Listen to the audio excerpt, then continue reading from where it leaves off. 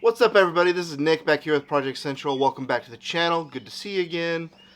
Recently, me and about 50,000 of my neighbors were out of power for a little bit. We were fortunate it was only a couple days. Some people were multiple days. So this got me thinking. While I was in the middle of absolutely riding the struggle bus when it came to my own disaster preparedness, what are some things that I should have done better? And so we're going to talk about those today. The top 10 disaster preparedness tips from Project Central. All right, in some particular order, let's count these down. Number 10 is going to be if the power goes out in the middle of the night, like it did to me, can you at least get to your tools? Having all the tools in the world and having everything in the world will not matter at all if you can never, ever get to them in the middle of the night. Being able to walk into the garage, open the toolbox, know exactly what you need to get is invaluable at about 2 a.m. when the lights are off and you're using a flashlight. So, clean your garage, folks. That's the first tip, is make sure you can get to what you need. Next up at number 9, after the storm rolls through, or maybe the storm is still going, and you've got something you have to take care of. Maybe it's outside, maybe it's inside, but these are going to be the emergency tools, right? I've got a water key right here. If you've never seen a water key, it's basically for turning off your water out at the street. I've got this ready at a moment's notice. It hangs on a spot in the wall right back here off camera. You can't see it. So that if a pipe bursts, if something happens in the neighbor's house, they can't get their water off, I can always go out there, turn the water off in like 20 seconds. Maybe it's a tree limb across your driveway or across a car. You know, maybe it's a power issue. Maybe you just need to make sure your fuse box is in, that if you have to do something in the middle of the night that is causing more damage, you know where your tools are at and that you can get to them and that you can use them, right? There's no point in having a chainsaw ready to go if it's out of fuel. The same chainsaw if you don't have a chain on it that's sharp to cut that limb up. Make sure you have your emergency tools ready. Something you should have in your garage anyways is a fire extinguisher. I've got a couple of these here on the workbench. This one's not the best. It's pretty old. But having a fire extinguisher handy if a power line, like all my power lines in my backyard are aerial. All right, that means they're up on a power pole. If one of those gets blown down by wind or ice and it's on the ground sparking and it catches something on fire, you got to have at least a decent attempt of being able to put a fire out. Or if there's a lightning strike or something, being able to put a fire out is key, because small fires make big fires. So next time you're at the hardware store, or I'll post some links down at Amazon if there's anything you're interested in, but this one's like a decade old. That's probably not any good. I should probably go on Amazon and get some more. Yikes.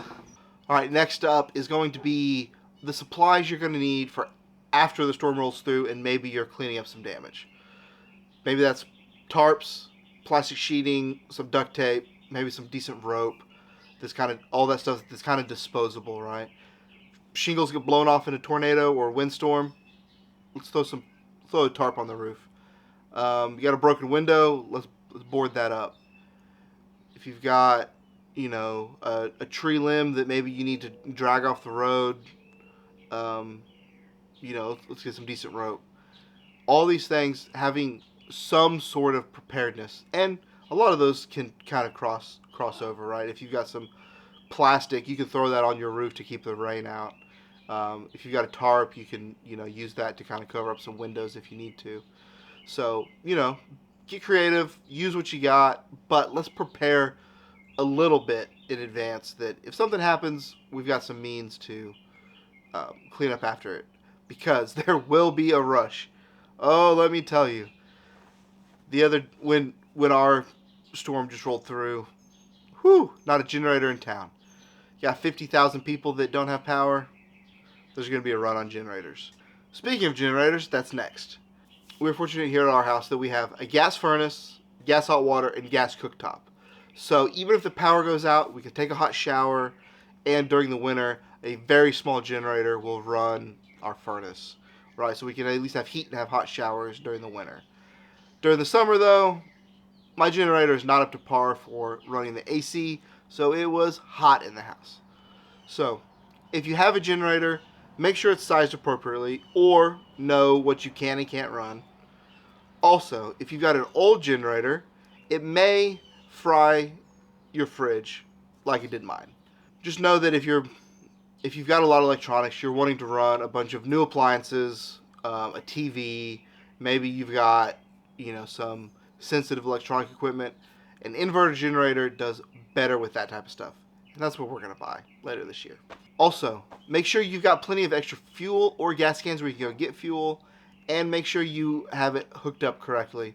If you're just running a couple things, maybe you can run it off an extension cord, but if not, make sure it's hooked up to your whole house correctly and professionally. All right, next up, we've got some just basic life supplies, right? Um, Food, water, clean clothes, um, stuff like that. Maybe it's a radio. If the power does go out and you don't have a generator, you can um, stay in touch with what's going on in the world, so you can check your outages and stuff like that. But as far as food and water go, make sure that maybe next time you're at the store you buy a little extra dry food and something that's non-perishable, because if you have to shelter in place for 2 or 3 days, you can eat more food than you realize. Us humans like to eat, especially me. All right, next up, during any sort of emergency, one of the most common things is the power going out. Power goes out at night, can't see, right? That's how light works. So a decent flashlight is awesome, right? This one won't shine it at you. This one's nice and bright for how small it is. But I've also got the Milwaukee one. I really like something like this because not only will it sit up flat, these have a hook.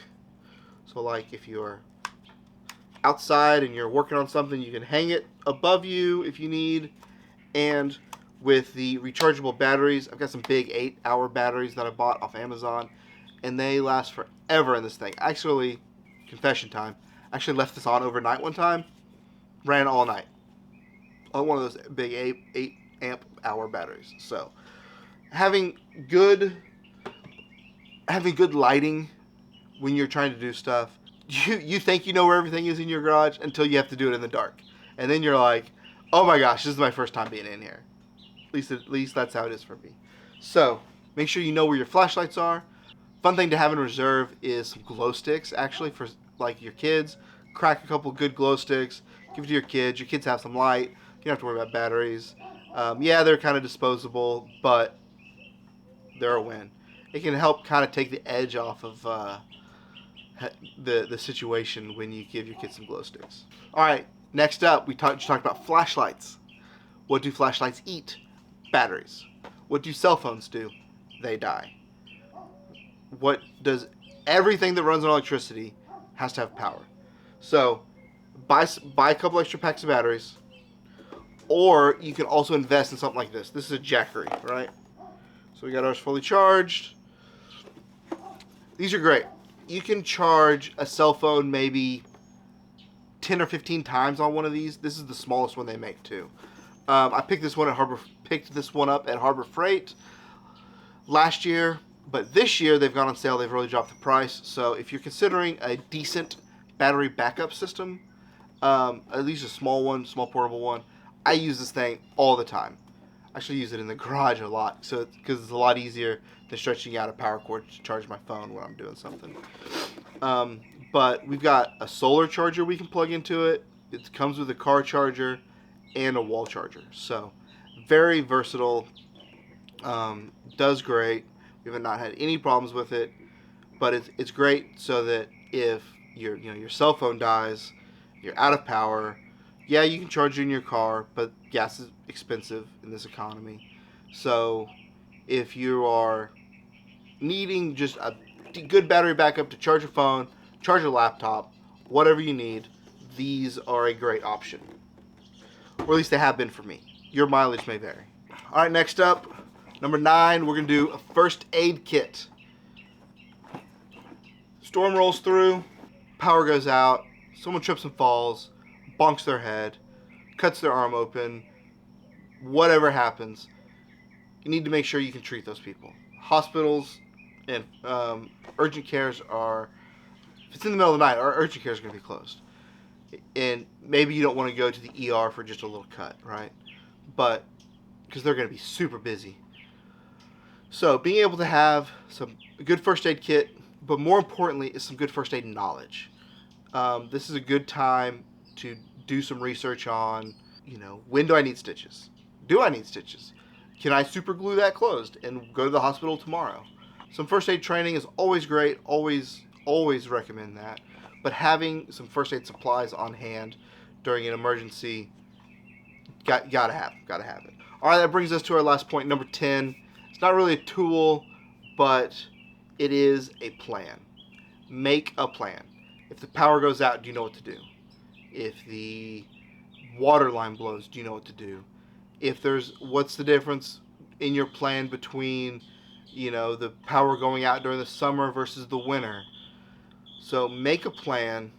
Know when you're going to shelter in place. Know when you're going to try and bug out, if you even have that capability. For us, with the kids and all this stuff, we usually shelter in place. Here in Oklahoma, we do have tornadoes, so if there's a tornado coming straight at us, we have a different plan. But 99% of the time, we shelter in place. So, do I know where the generator's at? Can I get it started? Do I have enough good extension cords to run everything? What are the things I'm going to plug in first? All of these things are good things to think through. And even practice. Pull your generator out every couple months. Start it. Make sure it's got good fuel in it. Make sure it runs. Make sure that it's not going to fry your fridge like mine did. And you want to throw it in the bottom of a lake. I don't recommend that. Make a plan, because fail to plan to fail, right? So hopefully these get you thinking a little bit. It definitely made me think. After losing power for 2 days and being 85 degrees in my house and nuking a fridge and almost losing all of my deep freeze food, including all the past couple of deer I've shot, not fun. Let alone the family being super uncomfortable and does not make for a fun time. But I hope this helps you think a little bit. Hopefully the next time something happens to you, we can help mitigate it a little bit, because it's gonna happen. Something's gonna happen. It's inevitable. Something will happen. Your power will go out. A storm will roll through and knock down power lines 30 miles away, and it knocks your power out for some reason. Who knows what's going to happen? But I want you guys to go out there and do what you always do. Take care of one another. And I will see you next time we're doing something here in the garage. Bye.